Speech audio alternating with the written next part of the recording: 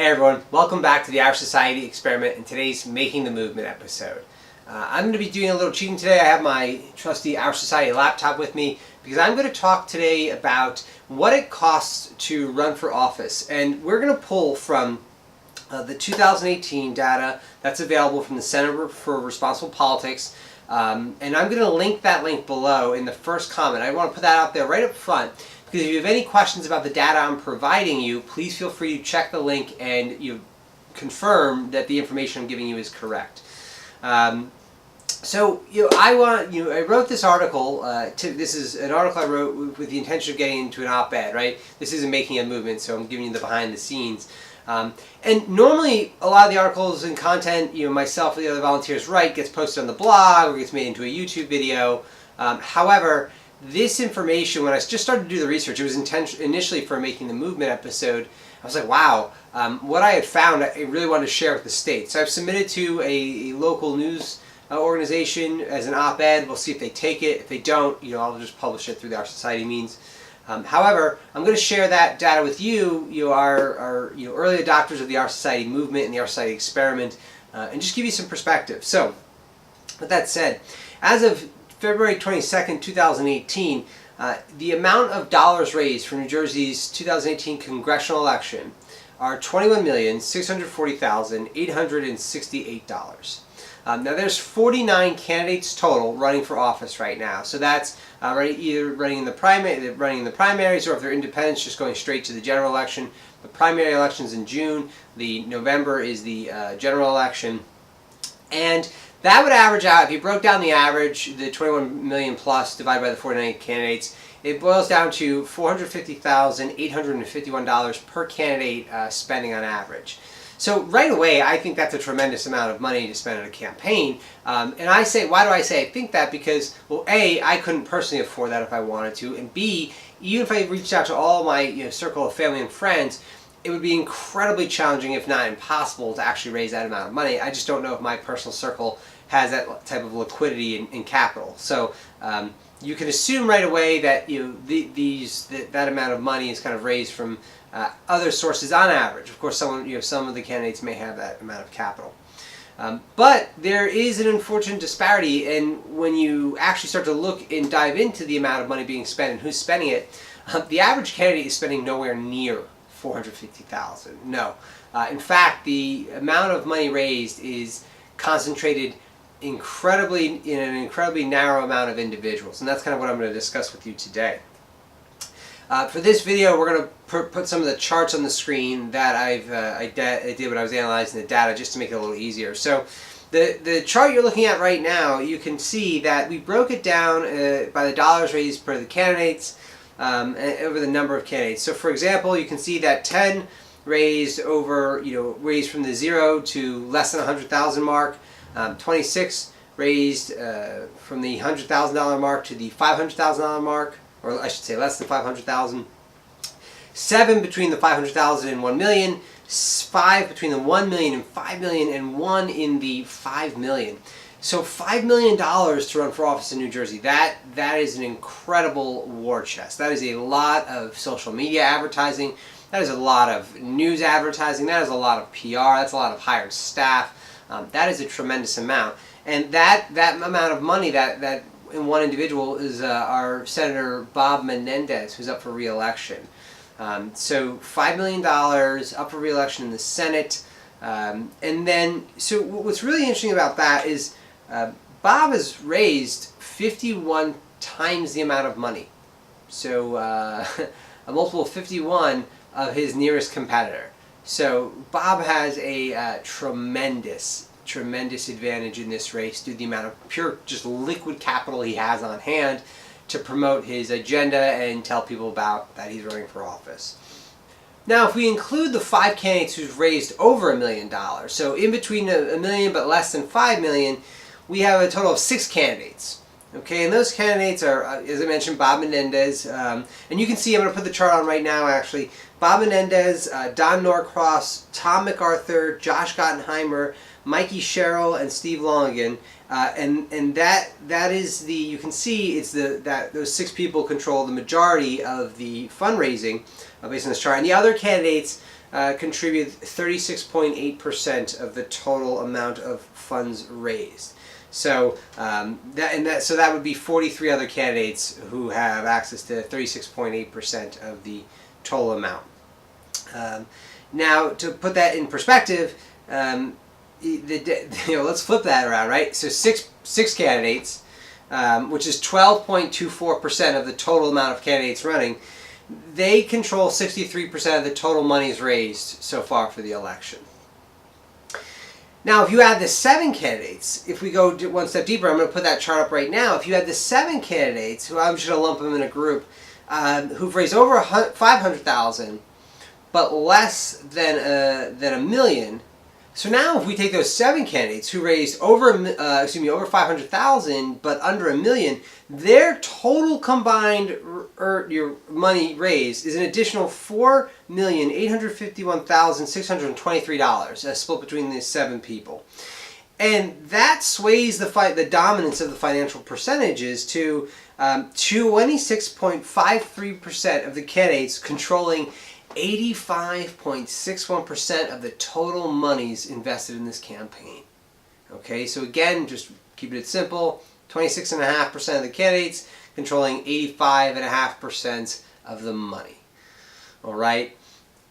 Now, let's talk about why it matters, right? Because, this exists, and this is happening right now. So let's talk about why it matters. And it matters for really 2 specific, very important reasons. But before I get into why it matters, I do want to preface, okay? I don't believe in any way, shape, or form that this is a reflection on the character of the individuals running for office. I know that it's, we say that money in politics is a problem. But that doesn't mean the people who use the system to their advantage are in any way inherently evil or in any way abusing something. Of course, here at our society, we prefer they don't do that. However, the problem is systemic. It's because we've allowed this to happen legally that it happens. And as it happens, and as more private for-profit interests or political action committees, PACs, super PACs, as they funnel more money into the campaigns, they essentially are not going to want that to go away, and they're going to use that money to ensure that the system stays that way. So again, I'm not blaming the representatives of people. This is not a reflection on their character in any way, shape, or form. This is a reflection on the system and the process that they have to go to be a part of this system. So again, back to our 2 points of why it matters. Well, the first is, I'm sure these candidates, all the candidates really running for office, but especially the most moneyed candidates, I'm sure they have some vision about the policies, plans, and direction forward in the future. But I do question how they can truly ever implement that vision in the most beneficial way to their constituents and the collective citizenry of the U.S. with their corporate influencers essentially expecting a return. Of course, that's an unwritten rule, right? And there's no documentation saying that happens. But we see that all the time. It's no secret that corporate donators get legislation passed in their favor, they get restrictions removed, they get regulations removed. All these things that were put in place to benefit the common person will suffer due to the for-profit interest. So my argument is that no matter how qualified the candidate is or how good they may be, they're always going to have the specter of their investors looming over them. And I think that is a very, very bad precedent to set in our political sphere. And I think that can only do harm to those candidates in the long run, because they'll never, there's going to be a time when those favors get recalled, and those favors have to be repaid, otherwise they won't get the money. And that creates a perpetual system of essentially ownership of our candidates by for-profit and special interest groups. So again, the summarize, they could be really great candidates, but they're never going to be able to operate their full potential, nor will they ever be able to operate for the true collective good of the people when they're sponsored to an extent by for-profit and private interest groups. The second thing is, and this is almost even worse, they are going to win a war of attrition in this election. How do we expect any candidate, and I'll use the example of our senator, for example, how do we expect any candidate to get his or her voice out when they are fighting a wave of advertisements of, be they social media, traditional radio and television, internet searching, interviews, appearances, so forth and so on. All these things that money buys you. How are they ever going to compete with someone who can outspend them by 51 times the amount? How do we as New Jerseyans, how do we as citizens ever hear our alternatives? How do we hear the different voices? How do we hear the different perspectives and paradigms of how to move the country forward when we have such egregious spending and egregious fundraising, really, which will translate to spending in our political system? It silences people. The money silences people because it just wins a war of attrition. You can be, a foot soldier every day of your life when you're running a campaign. You could be going out shaking hands, but at the end of the day, one campaign, $400,000 campaign on Facebook ads is going to reach so many more people than you ever could.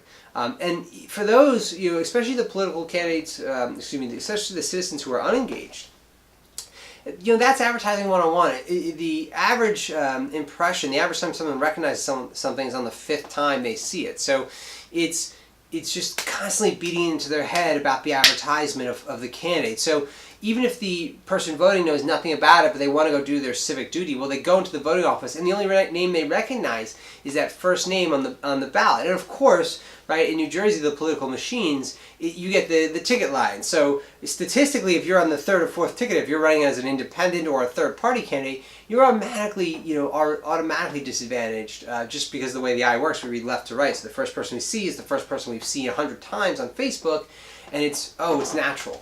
And that's my real concern, is that we are not utilizing our true collective potential. We have so much untapped potential in New Jersey and all over the country to really bring about and empower more individuals with unique ideas, especially for the growing knowledge economy and the future of our tying our economy into a true almost near zero sum energy economy.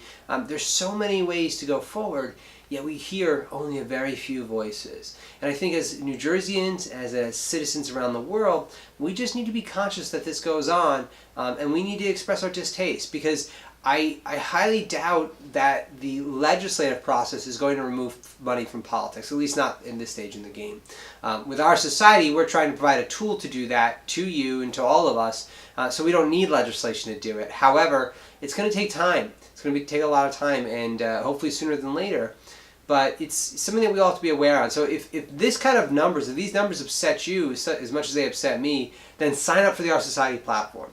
Okay, sign up today, because this is the path, this is the tool that exists now to kind of help us move forward. I say exists now. You can create your own profile, you can answer questions for your social values. The candidates aren't on there just yet. We're going to onboard them all at the same time, so it's a release. But it's really, I just thought this information was too exciting not to share with you. So thank you so much for tuning into the OurSociety Experiment today. I really appreciate you joining us. We'll see you guys next time.